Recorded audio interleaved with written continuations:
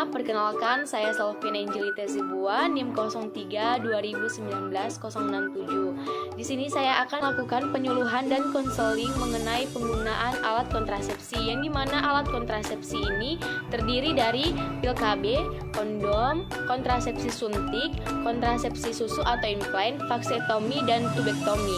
Video selanjutnya akan menjelaskan dari beberapa alat kontrasepsi tersebut. Selamat menyaksikan, dadah. Selamat pagi, suster. Ya Ibu, silakan masuk. Iya. Silakan duduk Bu. Ya. Baik Ibu, perkenalkan saya Prawa Sofian. Ada yang perlu saya bantu Ibu? Iya, suster. Begini, suster. Saya mau memakai bagaimana penggunaan alat kontrasepsi. Tapi saya tidak tahu karena saya baru 1 bulan sudah berkeluarga. Nah, saya tidak mau langsung hamil, suster. Saya mau menunda kehamilan. Tapi saya tidak tahu alat kontrasepsi apa yang cocok sama saya dan usia saya. Bisakah suster membantu saya? Oh, jadi Ibu ingin melakukan konseling terhadap alat kontrasepsi yang ingin Ibu pakai? Iya, suster. Baik Ibu, sebelumnya saya akan melakukan pengkajian kepada Ibu terlebih dahulu ya Ibu. Apakah Ibu bersedia? Bersedia, suster. Baik Ibu. Baik Ibu, namanya siapa ya Ibu? Nur Askia Lauli, Umurnya Bu? 25 tahun, Tempat tanggal lahir? di Gunung Stoli. Nama suami Ibu? Yes. Baik, apakah sebelumnya Ibu pernah menggunakan kontrasepsi ini Bu? Tidak pernah, suster. Baik, baru pertama kali ya Ibu? Iya. Baik Ibu, sebelum Ibu melakukan alat kontrasepsi, kita harus mengetahui apa sih itu KB. Apakah Ibu tahu apa pengertian KB? Tidak. Baik, di sini saya akan menjelaskan pengertian dari KB. KB atau keluarga berencana adalah suatu usaha untuk mengatur jumlah dan jarak antara kelahiran anak guna untuk meningkatkan kesehatan dan kesejahteraan keluarga. Manfaat dari KB ini Ibu yaitu menghindari kehamilan risiko tinggi, menurunkan angka kematian ibu, dan meringankan beban ekonomi keluarga serta membentuk keluarga bahagia dan sejahtera. Jadi beberapa juga alat kontrasepsi ini seperti pil KB, kondom, kontrasepsi suntik, kontrasepsi susu atau implan, lalu vaksektomi dan tubektomi Ibu. Di sini saya akan menjelaskan yang pertama yaitu tentang pil KB. Baiklah, suster. Terima kasih, suster. Saya baru mengenal kan ada beberapa macam dari alat kontrasepsi itu, suster. Baik Ibu, yang pertama yaitu pil KB, di mana pil KB ini merupakan alat kontrasepsi hormonal yang mengandung sejumlah kecil hormon estrogen dan progesteron, dan kedua hormon tersebut bekerja dengan mencegah terjadinya ovulasi atau pencegahan kehamilan. Pil KB ini menggentalkan lendir serviks yang membuat sperma sulit untuk mencapai ke leher rahim dan mencari sel telur. Hal inilah yang dapat membuat pil KB dapat mencegah kehamilan karena sel telur tidak berhasil dibuang. Adapun keuntungan dan manfaat untuk menggunakan pil KB ini Ibu, yang pertama yaitu membantu haid lebih teratur, yang kedua mencegah kehamilan dan juga kram perut dan migran saat haid, dan mengatasi masalah jerawat.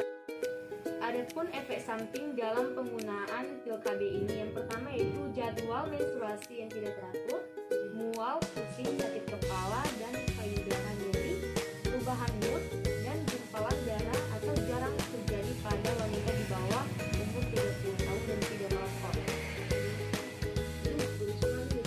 Ya, Ibu, jadi pil KB ini juga ada jenis-jenisnya. Yang pertama pil KB kombinasi berisi 2 hormon yaitu estrogen dan progesteron, yaitu tidak untuk ibu menyusui, contohnya Menopil. Yang kedua yaitu mini pil atau berisi 1 hormon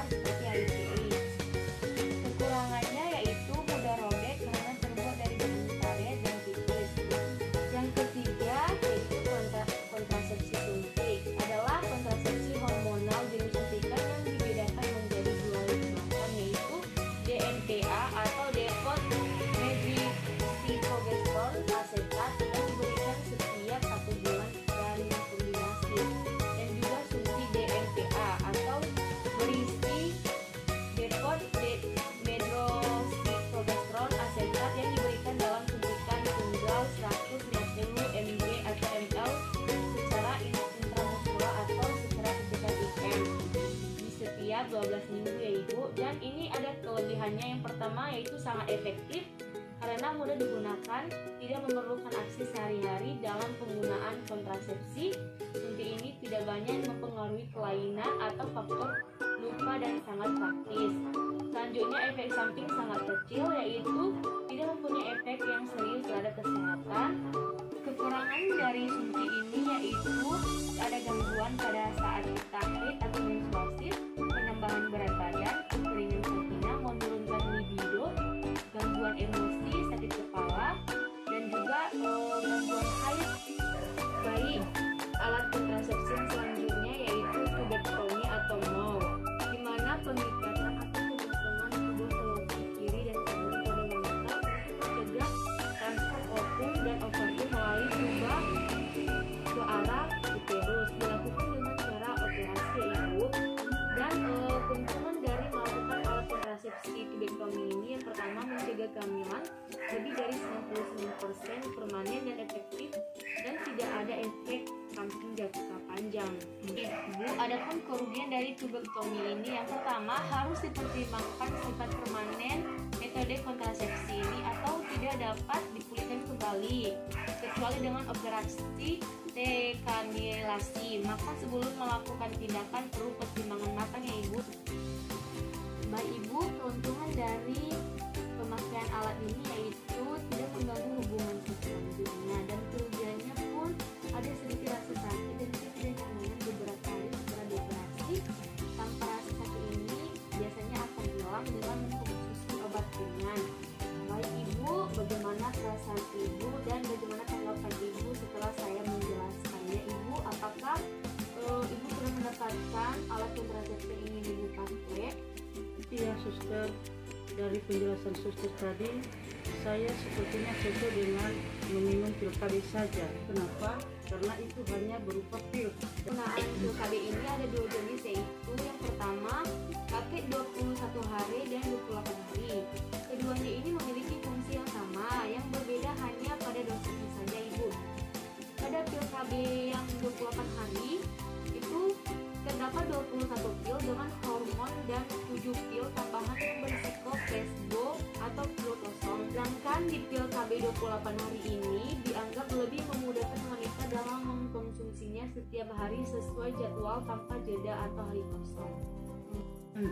Dan ibu juga bisa mulai mengkonsumsinya saat hari ke-8 haid, tapi dengan tambahan penggunaan kondom jika ingin berhubungan intim dengan pasangannya ibu. Terima kasih suster sudah membantu saya. Rupanya itu ada waktunya, ada jangka pemakaiannya. Saya kira suster saya minum obat saja setiap harinya.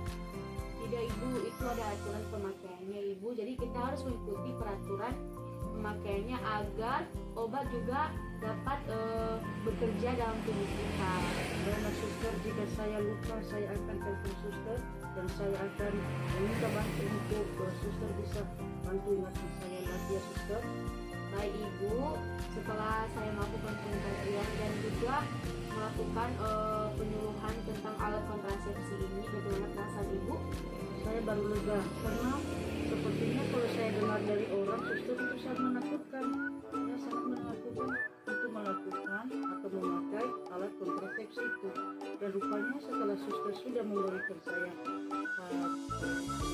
sudah menjelaskan, maka lega hati saya suster. Terima kasih suster sudah membantu saya. Baik ibu, sama-sama. Jika ibu memerlukan bantuan saya, silakan saya datang ke tempat ibu kembali ya ibu. Baik suster.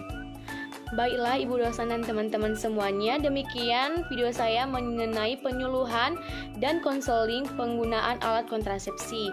Semoga video saya ini dapat berguna bagi kita semua. Dadah!